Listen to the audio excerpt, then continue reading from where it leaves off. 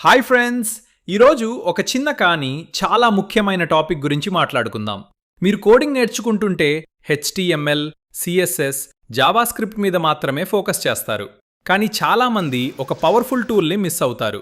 అదే గిట్ మరియు గిట్హబ్. ఒకసారి ఊహించండి, మీరు 2 రోజుల పాటు కష్టపడి కోడ్ రాశారు. పొరపాటున ఒక ఫైల్ డిలీట్ అయింది లేదా కోడ్ మొత్తం చెరిపోయింది. అప్పుడేం చేస్తారు? అక్కడే గిట్ మీకు సహాయం చేస్తుంది. గిట్ మీ కోడ్లో ప్రతి మార్పును సేవ్ చేస్తుంది. అవసరమైతే పాత వర్షన్కి కొన్ని సెకండ్లలోనే తిరిగి వెళ్ళొచ్చు. ఇక గిట్హబ్ గురించి చెప్పాలంటే అది మీ ప్రాజెక్ట్స్ని ఆన్లైన్లో స్టోర్ చేసుకునే ప్లాట్ఫారం. అలాగే మీ పోర్ట్ఫోలియోని కంపెనీలకు చూపించడానికి కూడా చాలా ఉపయోగపడుతుంది.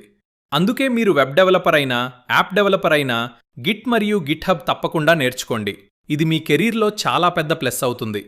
ఇలాంటి సింపుల్ మరియు ఉపయోగకరమైన కోడింగ్ వీడియోల కోసం కోడ్వేవ్ హబ్ని ఫాలో అవ్వండి. మళ్ళీ ఇంకో ఇంట్రెస్టింగ్ టాపిక్తో కలుద్దాం.